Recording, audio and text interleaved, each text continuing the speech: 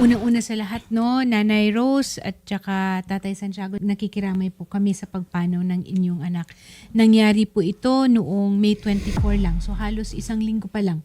Kalilibing lang po kahapon, ma'am. Kayo ay taga saan? Pulilio, Cabiao, Nueva Ecija. At si Leandro ay nagtatrabaho dito. Nagtatrabaho po siya sa boss niya ng taga sa amin lang din po. Bumibili po sila ng isda sa Nabutas tuwing alas 9 ng gabi babiyahe sila.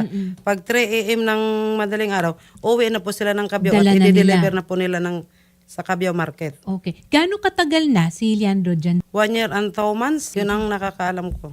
At hindi naman siya nagtatagal doon sa Navotas. Hindi naman po. Pagdating po talagang nila yung sa lang. bibili na sila nun, tapos hakutin na nila, pakarga na sa truck. Oo. Bago nangyari ito, meron bang galit kay Leandro o baka naman sa amo niya tapos siya lang ang natamaan? Ito nga po, ma'am, ang tinanong ko sa amo niya, sabi ko, may nagawa bang mali ang anak ko? Sabi niya, wala. Mabait ka yung anak mo. Kaya nga sabi ko sa aking ina, napakasakit mawala ng anak. Kaya nga ang gusto ko, hustisya po talaga. Oo. Ang susi talaga natin dito ay ang malawak na pag-iimbestiga ng ating kapulisan at matutukan itong pangyayaring ito.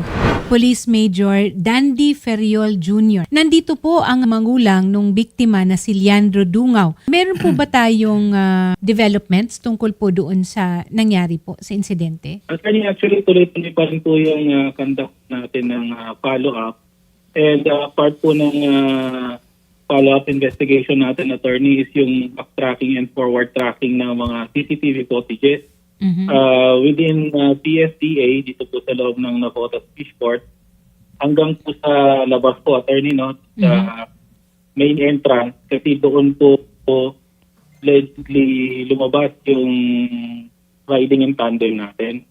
So pagkalabas po nila doon, nakita naman po sa CCTV na kumaliwa po sila, attorney, doon sa may bago mag-stop ticket papuntang C4.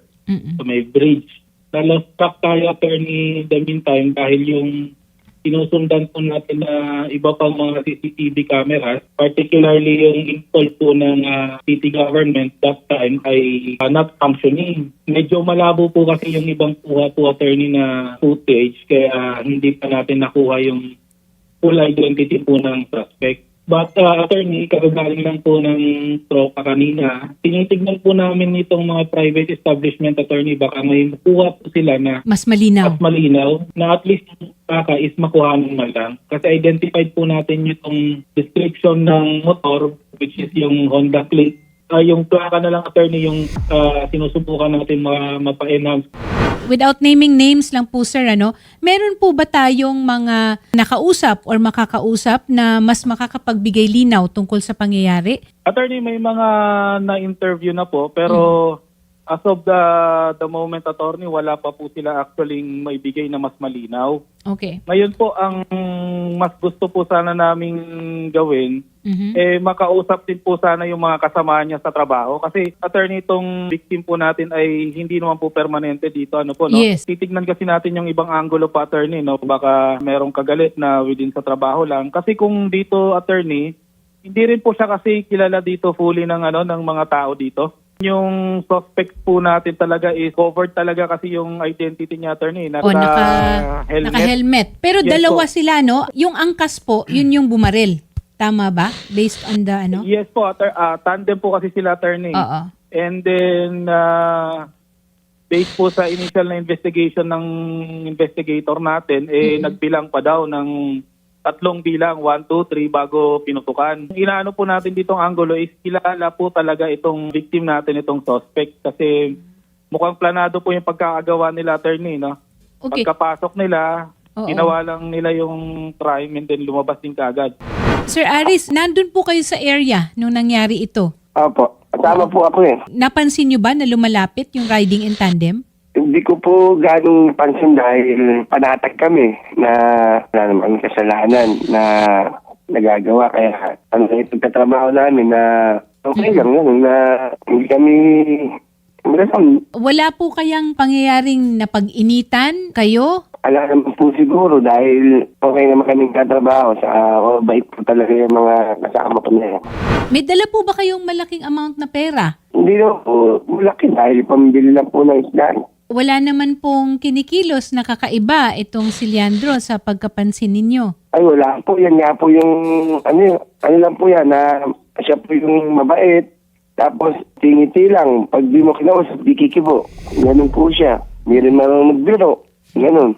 Major Dandy, ano po ang susunod na mga hakbang natin para matuntunan po natin at mabigyang linaw po itong nangyari? Tututukan namin ito hanggang doon po sa pwedeng maabot po ng footage kasi may daan naman po silang dinaanan na pwedeng may mga nakahagip po ng CCTV doon na maaaring mahagip po yung plaka, at least magkaroon tayo ng lead doon. Regardless po kung ano po yung motive ng suspect na yon, ay tuloy-tuloy pa rin naman po yung natin, follow-up natin. Ma-file pa rin natin ito sa Office of the Prosecutor. Apila ko lang po sa mga nakikinig o nanonood po ng programa, kung meron po silang alam na maaari po silang lumapit dito sa Maritime Police Station, makipag-ugnayan sa amin, para na sa ganun po mas mapabilis po yung ating pag-iimbestiga po, attorney, at malocate po natin itong offender.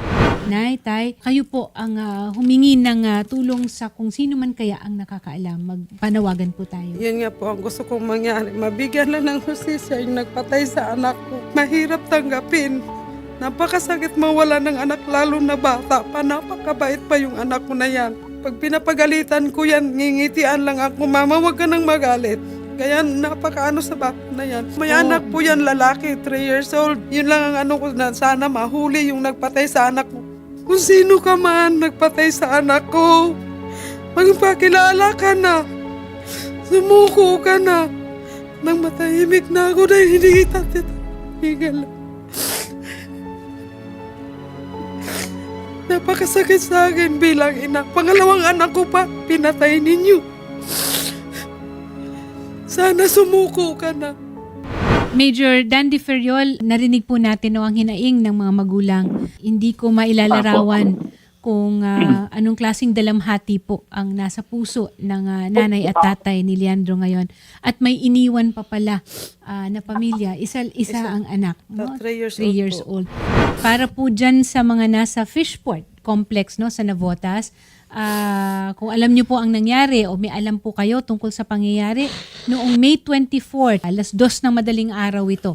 Kung may alam kayo tungkol sa insidenteng ito, kung maaari lang ay makipag-ugnayan sa Northern NCR Maritime Police Station. Kung hindi naman, kung ayaw nyo doon, dito sa atin. Yes po. Para mabigyang linaw natin at mabigyan ng leads ang ating investigasyon. Asahan po ng pamilya na tuloy-tuloy po yung pagtutok namin dito. May ganito na po tayong insidente before na medyo mahina yung lead natin, pero na-solve naman po natin yung same po na kaso. Huwag pong mag-alala yung pamilya, attorney.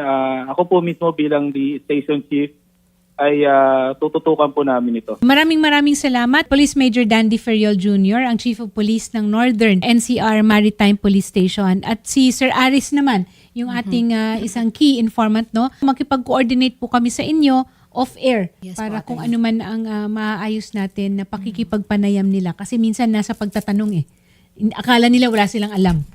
Pero yun pala, significant yung kanilang naobserbahan o may mga pangyayari. Okay? Sir Aris, maraming salamat po. Ma'am, patuloy po nating i-monitor. Kami po ay mag-get in touch po sa inyo, yung aming reporter, para po i-assist kayo, as well as mag-update din po sa inyo once po na may maibigay na information or mahalagang information po ang ating kapulisan.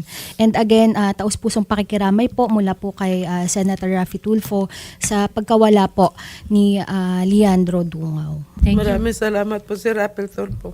Maraming salamat po sa tiwala nyo rin kay Salamat po. Senator Raffy at sa programa po niya.